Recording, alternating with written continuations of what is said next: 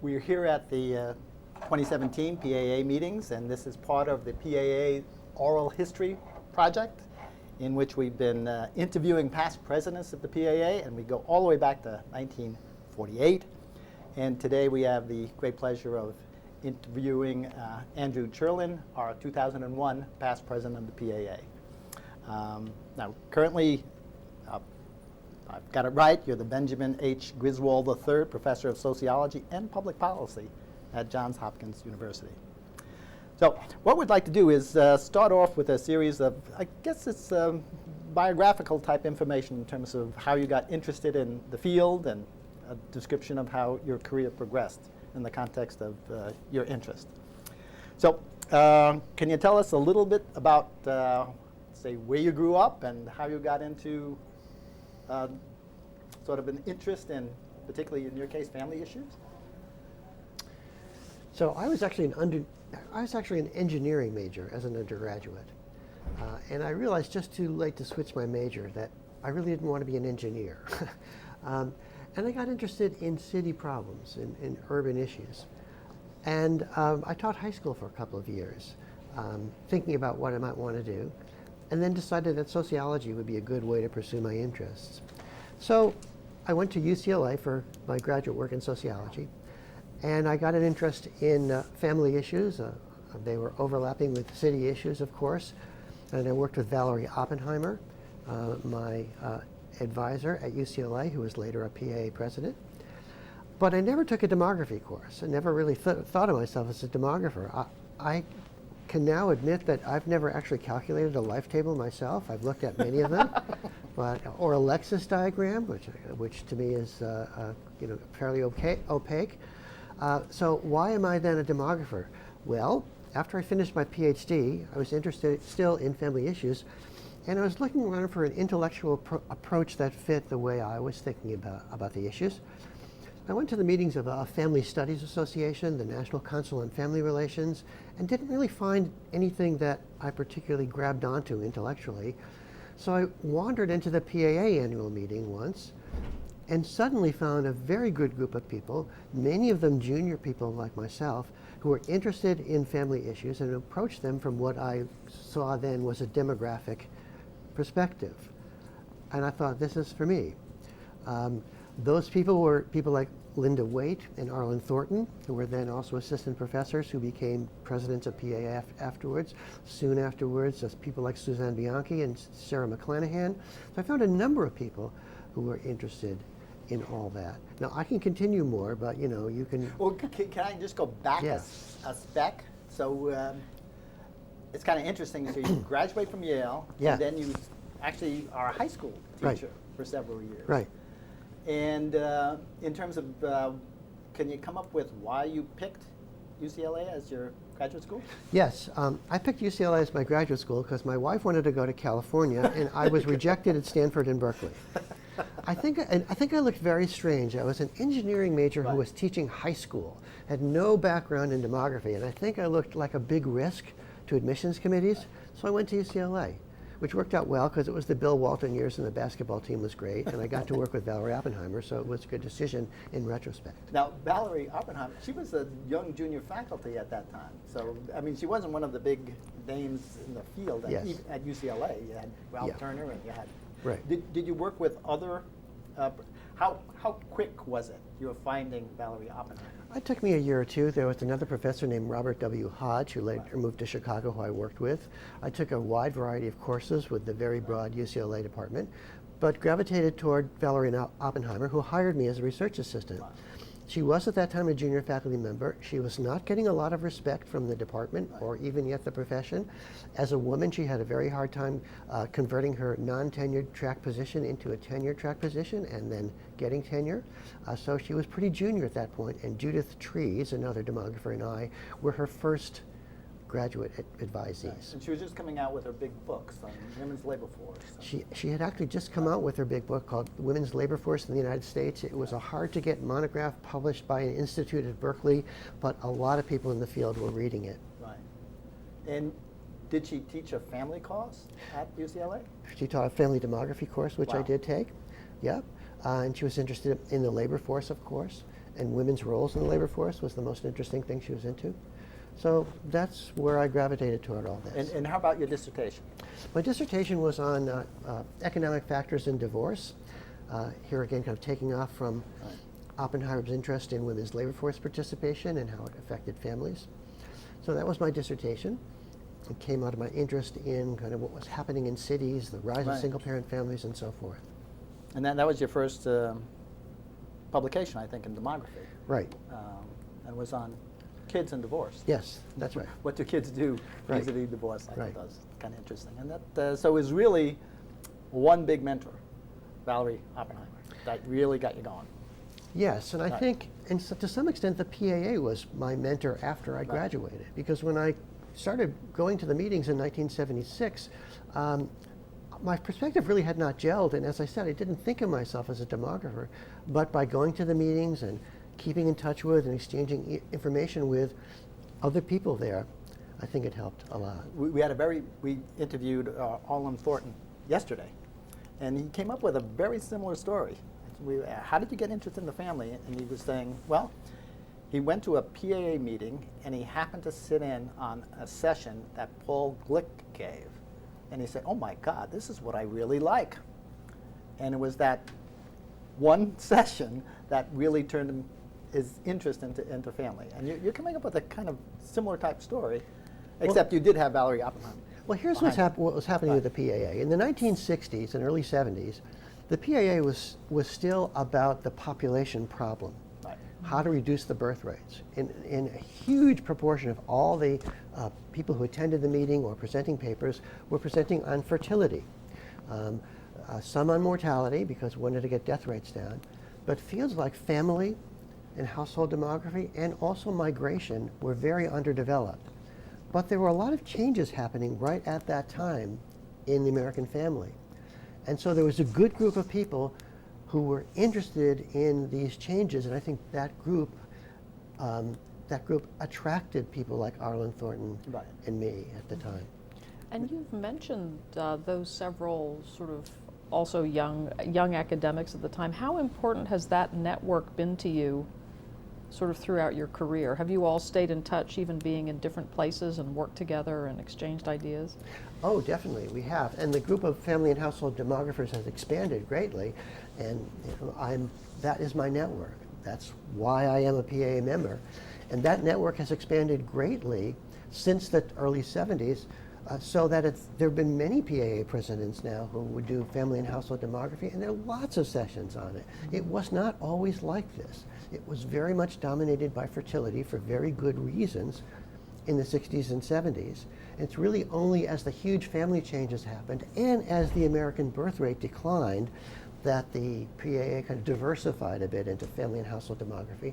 And I have stayed in touch with these various people who I've known for 30 or 40 years and who are my main intellectual colleagues.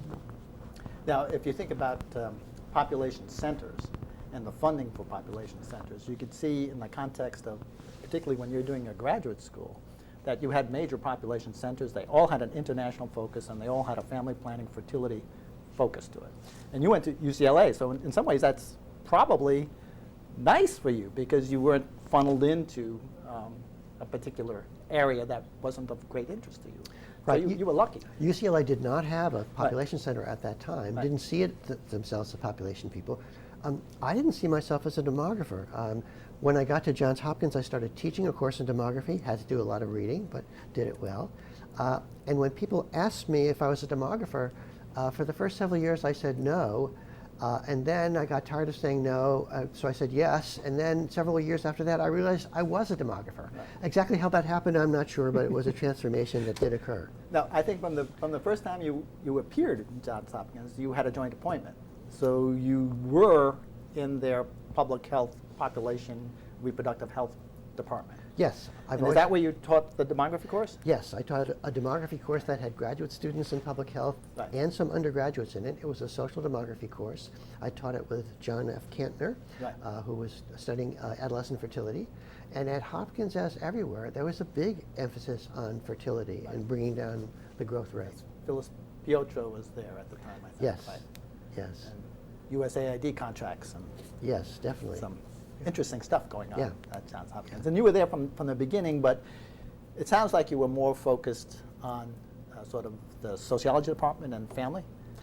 And this was an additional add-on that you got to teach the demography population course. And Right. Well, most of the demographers at Johns Hopkins were Right. in the School of Public Health Right. at the time, and I've certainly identified with all of them. I didn't do any research on fertility, but did care about it Right. and taught about it. Yes, being in the arts and sciences school and sociology has been more important to me, but I still retain a joint appointment in public Right. health.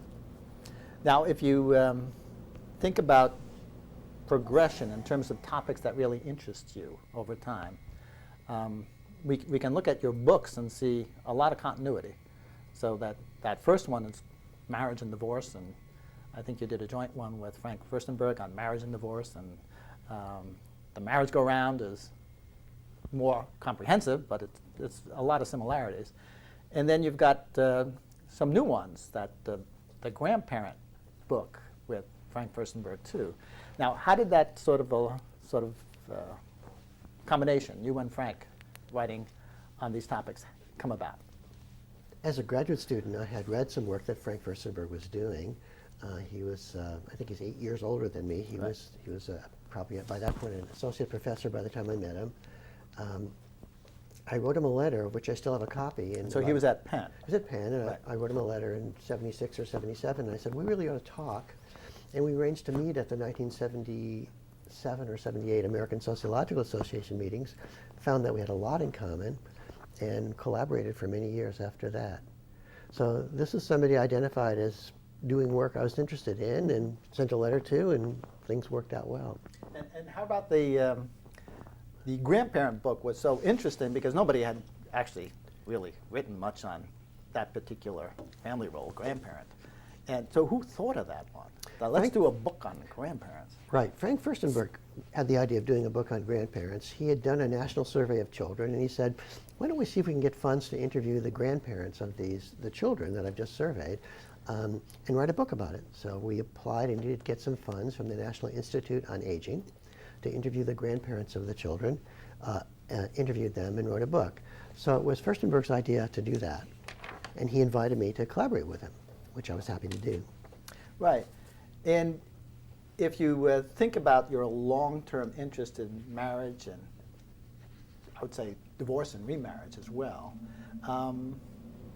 what kind of, at the time you began, it was, if you would think about a domestic big policy issue, was a dramatic increase in divorce that was occurring, and that there was a lot of publicity about that, a lot of concern about that, Now you've been looking at these trends over a long period of time now, and here we are, 2017.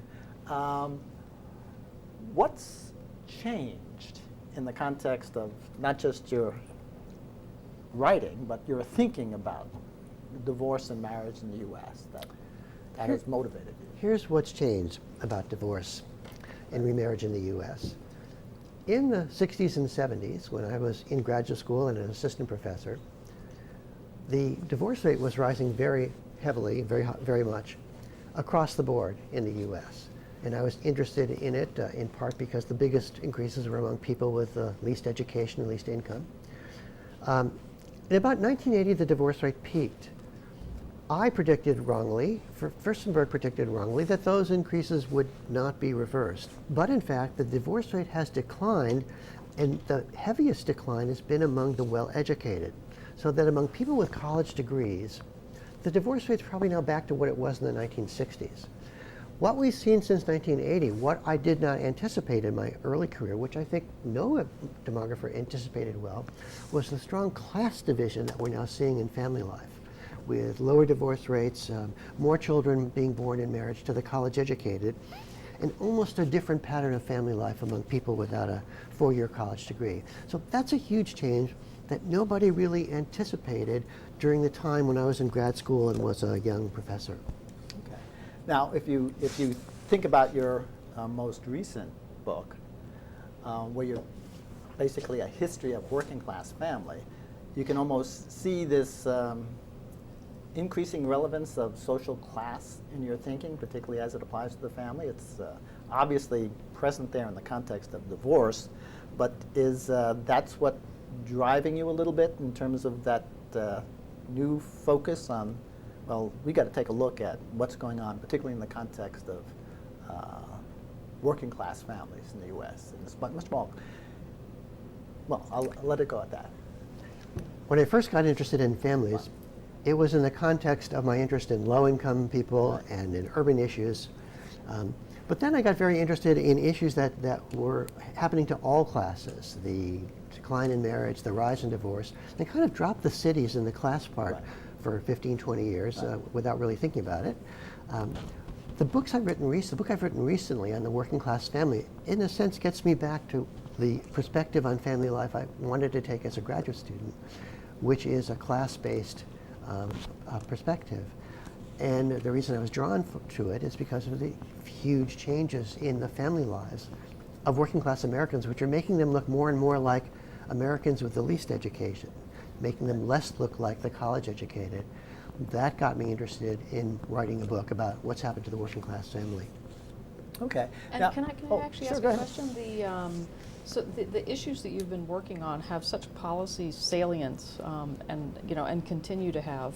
So, what role do you feel like you have as an academic to sort of promote evidence-based policy? And you've been interviewed so many times and quoted so many times. Have you testified on the Hill? What do you feel like is the role of an academic, sort of? I think it's important for space. academics who work in fields that most demographers work in to make their findings known, to try to influence policy, really by informing policy members rather than crafting specific policies. I have a joint appointment as a professor of public policy, and I like to say the kind of research I do is good, important background research for policymakers. Throughout my career, I've tried to keep one foot or at least one toe in the policy world and one in the academic world. It's kind of a balancing act. It's a bit difficult to do, but it's something that I pursued from the start, and I'm very glad I did. And I feel as though my work is taken seriously by people who are in the policy world, and that's what I want to do. But I want to always do it from the perspective of an academic researcher, a demographic researcher, and not overstep the boundaries of that, which is the balancing act that I've tried to maintain through the decades. Now, I noticed that since the beginning, you make a point of doing 2 or 3 sort of op-ed type pieces in either a magazine or newspapers, and that really is unusual. I mean, particularly for someone at the early stages in their career to take the time out, as opposed to trying to get your academic publications and tenure and all that. But you made a real effort right from the beginning. I'm going to inform people about big trends. And I really enjoyed your last one on the increase in white death rates and the Times. That was last year, I think. And this must have been something that you consciously did. I'm not just going to write articles for my academic colleagues. I'm going to make an effort to more broadly sort of distribute what's going on here. Yes, from the start I have tried to write some general audience pieces and thought that was important. I did a fellowship year, which was my last year before my PhD, at the Russell Sage Foundation in New York City. One of the other fellows was a man named Victor Navasky, who was an editor of The Nation for several years after that, and I talked with him about writing, and I decided I'd like to try writing. I was not a born writer. English was my weakest subject. I had to teach myself to write. He gave me the name of some good writing books and writing guides and suggested things I ought to read, columnists who wrote well, magazine pieces that were good, and I did. I studied those. I thought about how to write. I did drafts. I worked on writing clearly and then submitted some pieces to various magazines and newspapers.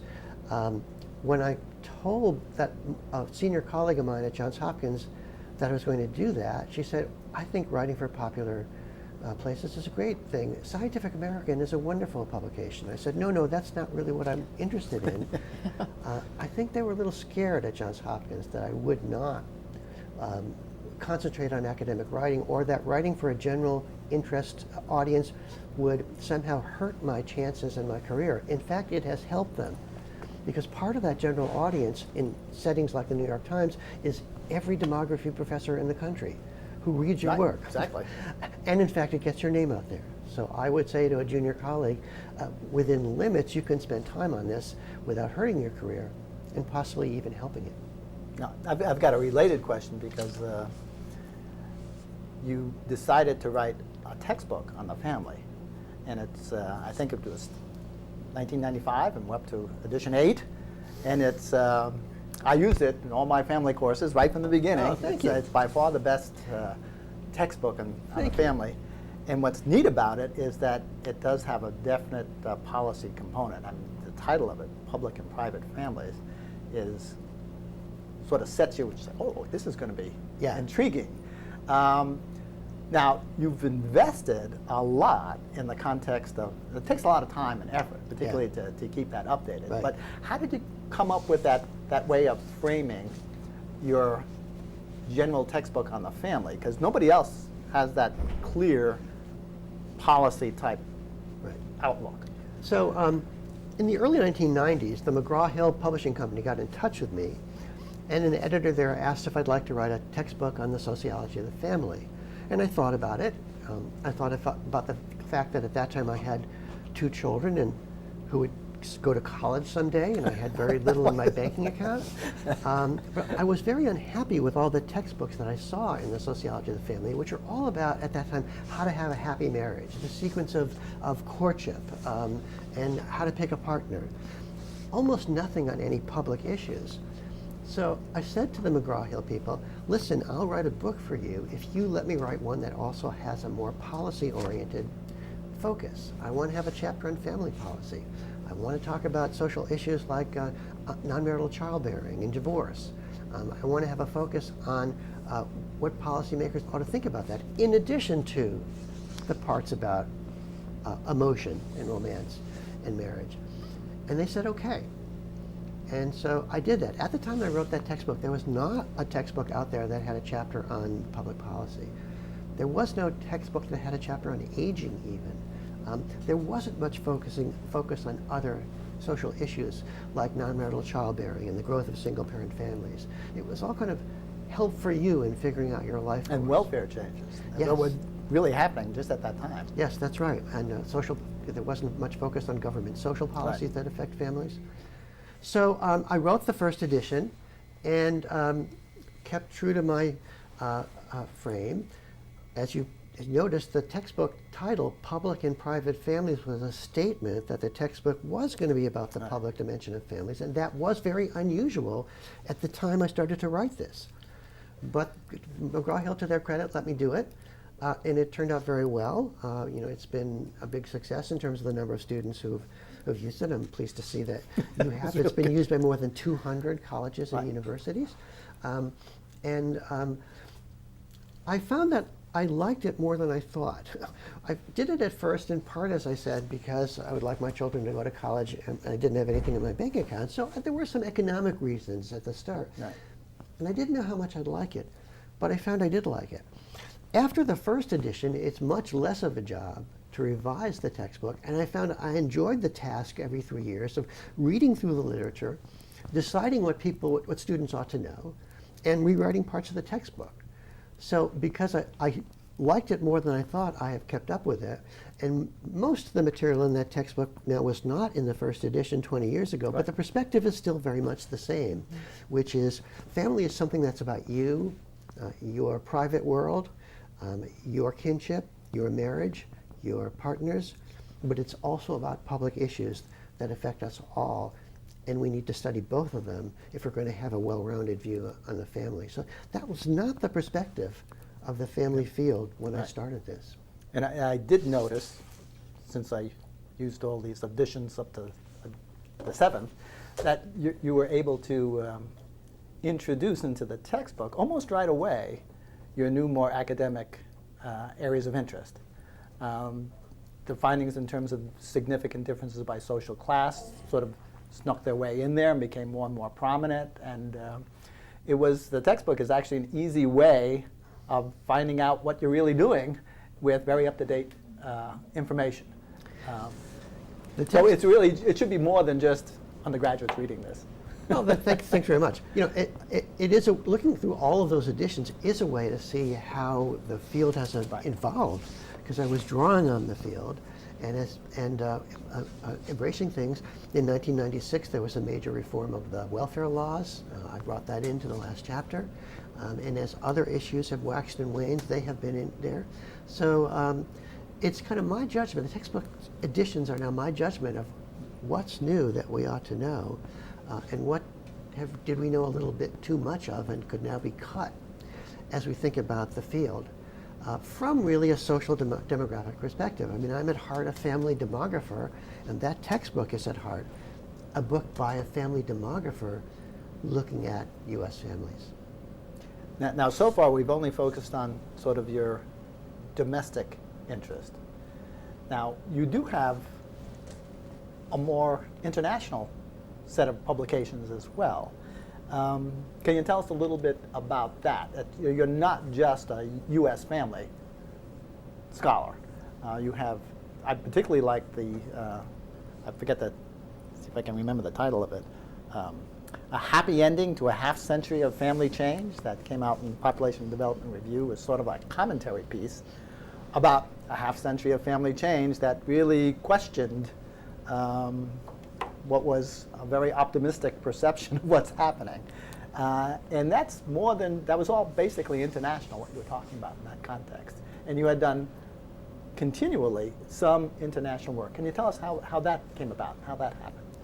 In the early 1980s, I had a fellowship at the East-West Center at the University of Hawaii in Honolulu, and met demographers doing very interesting work from many Asian countries. Turned my attention to that area a bit, did a bit of traveling, wrote some articles, including one in demography, but then really focused on the U.S. for the next maybe 20 to 25 years. But then I increasingly became interested again in what's happened around the world, because there have been enormous changes in family life, not just in the U.S., but elsewhere, as other demographers have shown. So there's increasingly a lot of good work on what had happened to families around the world, and I became interested in saying something about it. In 1963, William J. Good, the leading family sociologist at the time, attempted to synthesize all of the changes in the world in family life into a book called World Revolution and Family Patterns. He was actually Frank Furstenberg's mentor. No one had really done too much with that book, and as it approached the 50-year mark, I thought it would be a good idea to take a look at it, see how well its predictions had held, and why they hadn't done well in cases where they had failed. And so I did a lot of reading while on leave one semester in International Family Change, and wrote an article on looking back 50 years of family change. Where did we know where we were heading, and where did we go wrong, and why? And that has kind of turned me more toward the interesting area of international family change. In Europe now, the big change supposedly is that a new egalitarian family bargain is being formed, which is a happy ending to a half century of family change. In the US, that may be true for college-educated people, but not so much for people without college degrees. But in any case, I am turning more now, and have turned more in the last 5 or 10 years, to family change in Europe and other developed countries, but also in the fascinating changes in East Asia, the fascinating mixture of continuity and change in India, the kind of lack of change in some ways in Africa, the variety of changes in Latin America that should be of interest to all of us who are interested in family and household demography. And how about why you question the happy ending? In Europe, with its generous social welfare programs, there's not as much of a impoverished population or financially challenged population as there is here. And one can make generalizations about society as a whole. One can point to positive trends among the well-educated and assume that the rest of the population will follow along. And so the positive trends in the population, as here, are that well-educated people are waiting until after they have children to marry. Their divorce rate is down. They're sometimes neo-traditional. In Europe, that looks like it might work for everybody. But in the United States, with our strong class divisions and our much less generous social welfare programs, it's harder for people at the bottom to get to the point of the happy two-income, two-earner family bargain that is the center of this new family life. And it seems to me that if we're going to have the new bargain, if it's going to work anywhere, it's going to work for people who have a decent shot at a good job in the labor force, which is increasingly people with college degrees. So as I look ahead, I see perhaps a kind of neo-traditionalist movement occurring among the well-educated, but much less of that among the not so well-educated in the United States. In fact, if there is a social class line, a class division in the United States in 2017, it's between people with a 4-year college degree and everybody else. Whether that sticks, I'm not sure, but in the US, that's the way our economy and our social welfare system seem to be setting up what is a strong class division in family life. With a lot of negative consequences. Yes. So, now I do remember that back in 1980, you and Frank Furstenberg made predictions about what was going to happen with divorce. So here we are in 2017. You gave us a little bit of a vision of what you think is likely to happen. Is there anything you can say about you're presenting a future that is somewhat pessimistic, particularly for working class people, from a policy point of view? What should we as a nation be doing if we want to rectify this somewhat? Do you have any, after looking at these trends for 50 years and studying them closely, are there things we can possibly do to make things better? Yes, you know, there's been both economic and cultural change. The recent development that I see as most productive among policy people is an agreement among conservatives and liberals that both economics and culture make a difference. In the economic realm, people with college degrees are the winners in our globalized and automated economy, and they're the ones who have a marriage-based, stable family life these days. What we need to do is help the people who are not the winners, help them by getting them better educated, not necessarily college degrees for all, but community college training and other apprenticeship-based programs. That's what we need to do. On the cultural level, I do think there's a role for stressing the importance of stability in family life, and there's nothing wrong for liberals doing that. So we need to think about both economic and cultural ways to lessen the class divide that in 2017 seems so strong among American families. And you see your future research direction going in any particular way? I will continue to be concerned about less fortunate families. I'm Right. working up a project on children in very poor families. I'm also very interested still in the working class family. The election of Donald Trump has focused everyone's attention on this working class because so much of his support was centered among the white working class. I thought I'd give up on the working class and move elsewhere, but it's certainly still a topic of great interest, and I'm still doing research on that.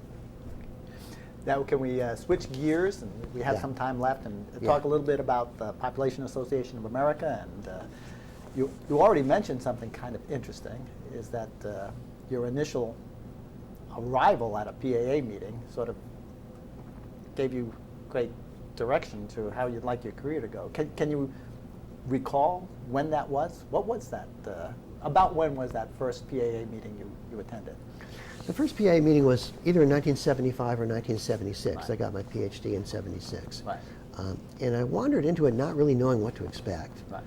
And found a very attractive framework. And it was really a social demographic framework on family change.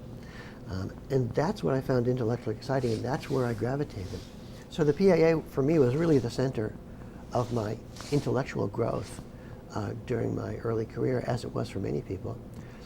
And at the time, we family and household demographers were a minority in a fertility-oriented PAA, but we grew in numbers and in research output, and it's become very important for me. So I think the PAA has been very influential and remains very influential in deciding the direction that young people's research will go in. I think it still has a reputation of a place to go to as a grad student or early faculty member to find out intellectually what's interesting that's happening.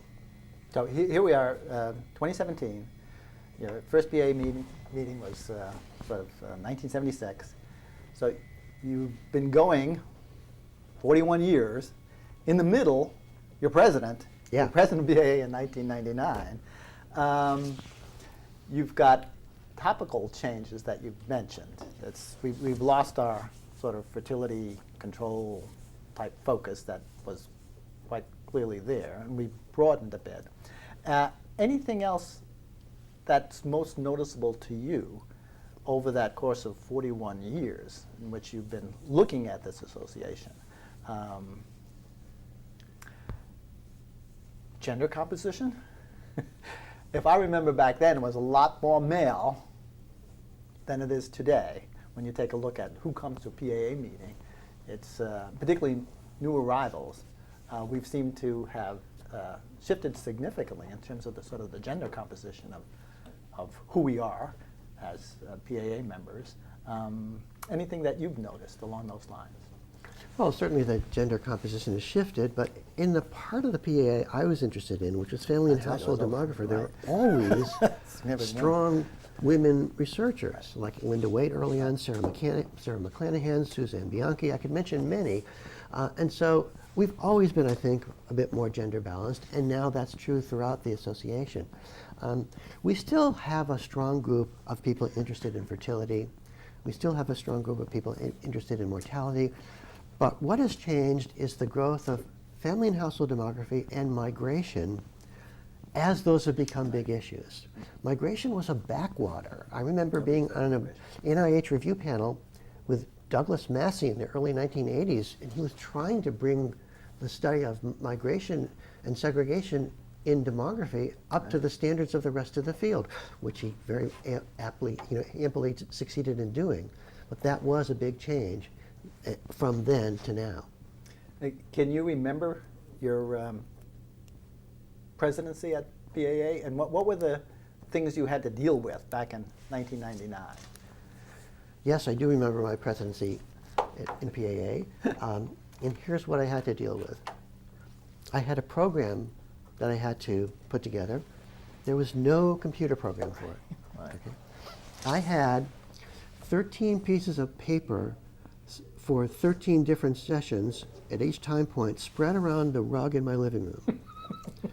And for a day, I had to go around to those pieces of paper and decide who was going to be presenting when, avoiding conflicts of interest, making sure that each time slot had a wide range of sessions. That's how it was done.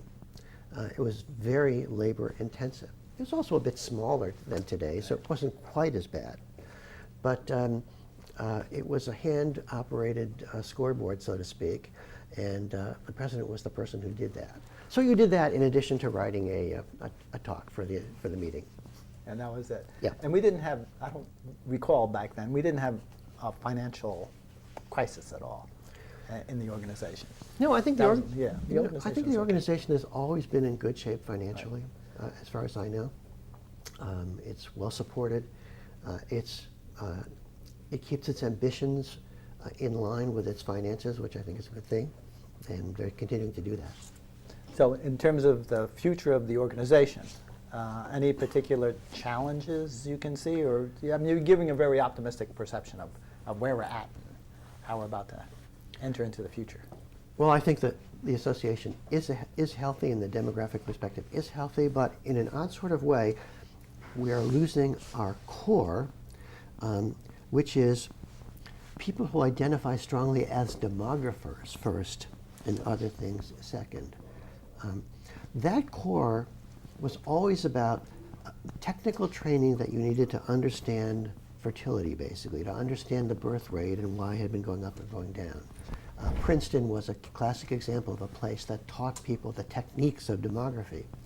And it's still the case that methodological training in the techniques of demography, the life table and so forth, are at the core of demography, but they're no longer at the core of most of the papers that are presented at the PAA, and they're no longer at the core of most of the articles in the journal Demography, which is so that our field has expanded methodologically to encompass economists who are using different methods, geographical information systems people, sociologists who are doing surveys, which has been intellectually very positive and very stimulating for us as a field, but has left us with a bit of a hole in the center that we need to think about. That is to say, what does it mean to be a demographer these days? I was on a group who did an outside review of a leading population center at a leading university this year. And it was striking that some of the people we thought of as the strongest demography types didn't think of themselves as demographers. A couple of them said that. I think of myself as a sociologist. I'm into big data and systems analysis. Who does think of themselves as a demographer these days? Mm-hmm. And what does it mean to be a demographer? If it no longer means, does it just mean taking the life table course? I think in some places it has come to that if you take the demographic methods course, you're a demographer. It's almost like anthropology, which has nothing holding it together except the ethnographic method. If you do ethnographic methods and you train it and you go off to the South Seas for 2 years, you're an anthropologist. Is that what demography is? If so, it's not intellectually defined, but rather methodologically defined, and I don't think that's healthy for the field. So while we are healthy and while we are diverse, that brings a challenge of thinking of what does this field mean going forward? How does one think about a demographer? When do you become and how do you become a card-carrying demographer is, I think, an issue for us moving forward. And it will be, of course, very interesting to see how the field deals with that challenge.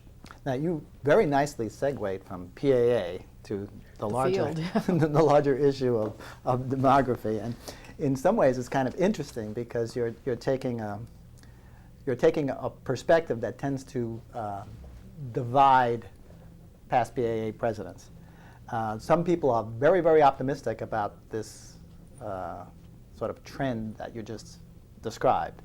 They like the idea that we've moved away from this sort of classic definition of what demography is. Yeah. And we've become what they call a multidiscipline. And it's perfectly all right if we have a context in which most of the people here today are not thinking themselves as a demographer.